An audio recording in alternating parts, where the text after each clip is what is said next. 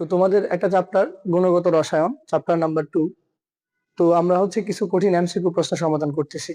তো তারই ধারাবাহিকতায় আজকে আমরা সলভ করব এই প্রশ্নটা। এখানে বলা হয়েছে Ag2CrO4 এটাকে বলে ক্রোমেট আয়ন, সিলভার ক্রোমেট, এর কেএসপি এর মান হচ্ছে 4 × 10⁻12 হলে আমাকে প্রশ্ন মান বের করতে বলছে মোলার দ্রাব্যতা কত। তো এই এমসিকিউটা তুমি শর্টকাটও করতে পারবা, ব্রডকাটও করতে পারবা। তো আমি প্রথমে ব্রডকাটে তোমাকে দেখাই দিচ্ছি। সেটা হচ্ছে, প্রথমত তুমি যে যৌগটা দেওয়া থাকবে এটাকে তুমি আয়নে ভাগ করে নিবা, CrO4। তোমাকে যত কঠিন যৌগ দেওয়া থাকুক না কেন, তোমার প্রথম কাজ হচ্ছে এটাকে আয়নে ভাগ করে নিবা। যেমন এটাকে তুমি আয়নে ভাগ করো, আমরা জানি সিলভার প্লাস হয়, সিলভারের যোজনী 1, আর হচ্ছে ক্রোমেট আয়নের CrO4 2-, সিলভার প্লাস CrO4 2-। তো এখানে একটু খেয়াল করো, আমাদের সমতা বিধানটা হয় না।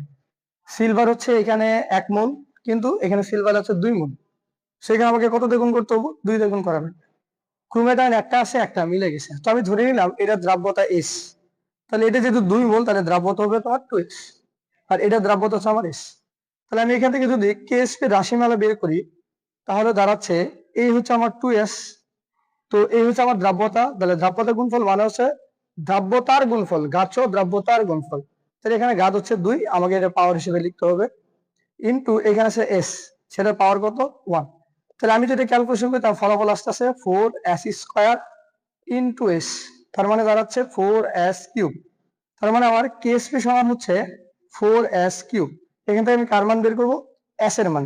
তাহলে আমাকে প্রশ্নে S এর মান বের করতে বলছে, তাহলে আমি লিখতে পারি S সমান KSP/4। যেহেতু এখানে কিউব আছে, তাহলে আমি এটাকে লিখতে পারি √3।